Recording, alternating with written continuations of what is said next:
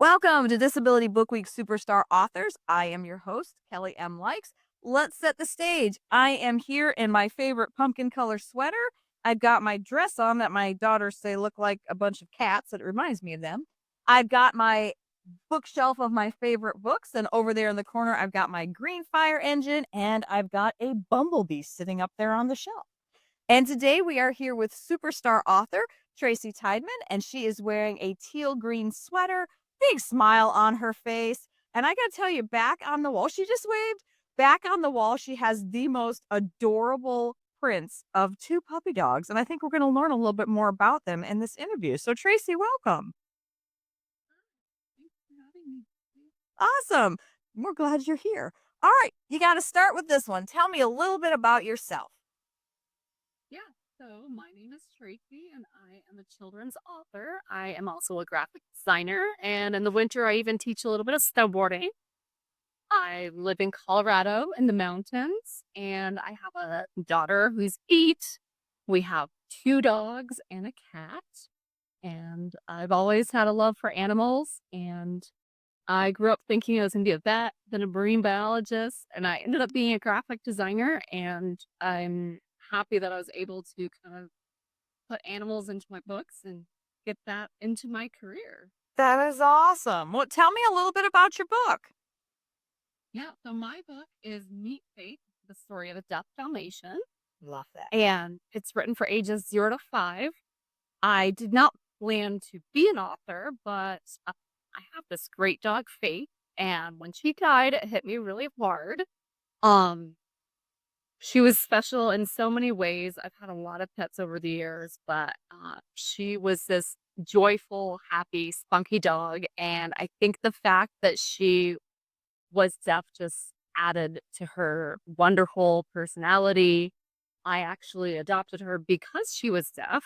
I had, when I saw her and I saw that she was deaf, I was very curious. She was a puppy, and so I researched how to, raise a deaf dog. What's it like having a deaf dog? How do you train a deaf dog? And the research to me seemed that it was pretty similar to raising a dog that could hear.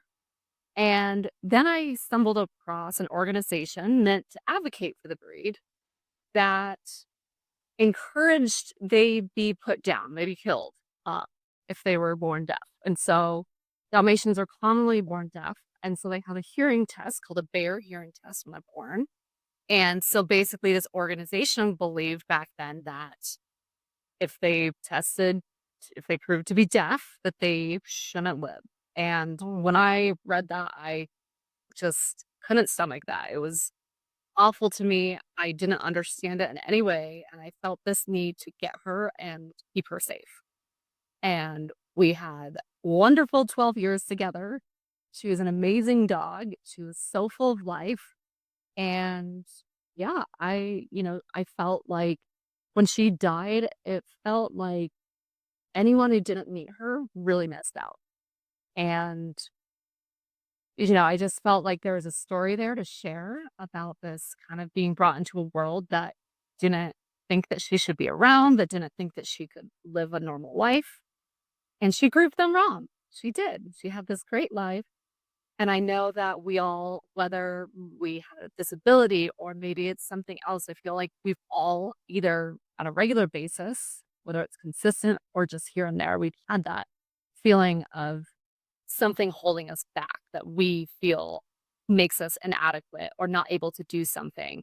And I feel like we can learn through, like in this case, through a dog, the kind of that attitude of embracing what makes you unique. And so I thought, what better age to bring that to light than, at the youngest of ages. And so with that 0 to 5 category, to really show that whatever makes you unique, that's what makes you you. I absolutely love that. I absolutely love that. Well, now you got to tell me a little bit about your process. How did it go from thought in your head to holding it in your hand? What was your process of creating this book? Yeah. So once I got the idea in my head, I was, thinking about how am I gonna get it out on people? What's the book gonna be like? And at the time my daughter was 2, so I was reading a lot of that age range of books.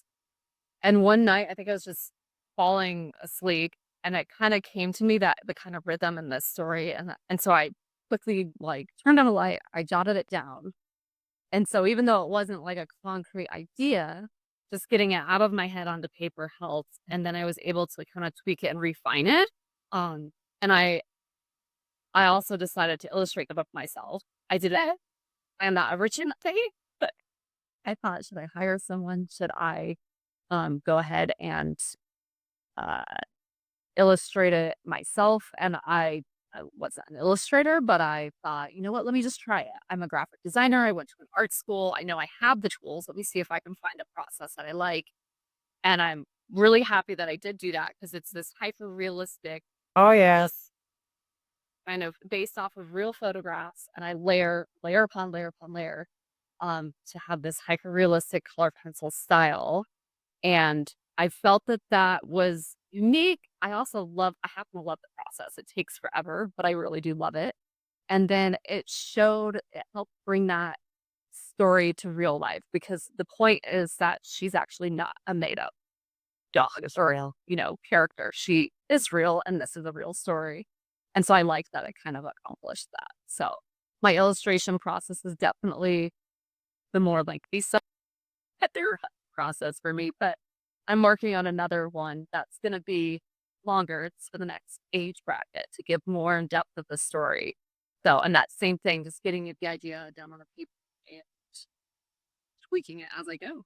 Awesome. Well, it sounds amazing, and I know it takes a long time to write stories.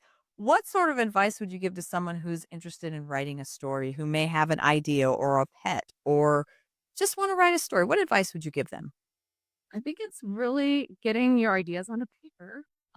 And knowing that doesn't need to be perfect. If you feel, well, my writing's not good enough, or I don't know how to get it out correctly, take little bullet points, little notes. It doesn't have to be perfect. You can work with that. You can have an editor help you, all those kinds of things, go with that concept of there's no bad ideas. Like just get those ideas out and eventually you can narrow it down and figure out a good concept. And reading in the genre that you want or the age range and kind of finding out what works. And then also keeping in mind that if you don't write just like the person next to you, that's okay. There's always going to be an audience for it.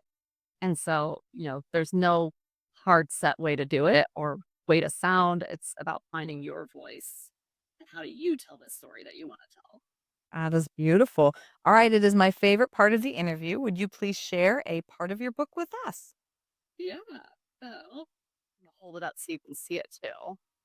So I'm just gonna read the first few pages to kind of get you going. But meet Faith. Faith is a dog, a Dalmatian to be exact. Faith was born deaf, which means she can't hear anything. Some deaf dogs are told they can't be like other dogs. Faith was taught that she could do anything she wanted. She could play ball. She could learn tricks. She could be friends with anyone. Oh, I love that. That is gorgeous. The illustrations are gorgeous. Thank you. Thank you for sharing that. Well, Tracy, thank you so much for being a part of Disability Week Superstar Authors. I really appreciate it. Do you have any final words before we close? I think just remembering to be yourself and embrace what makes you unique. Awesome. Thank you very much. Yeah, thank you. I appreciate it.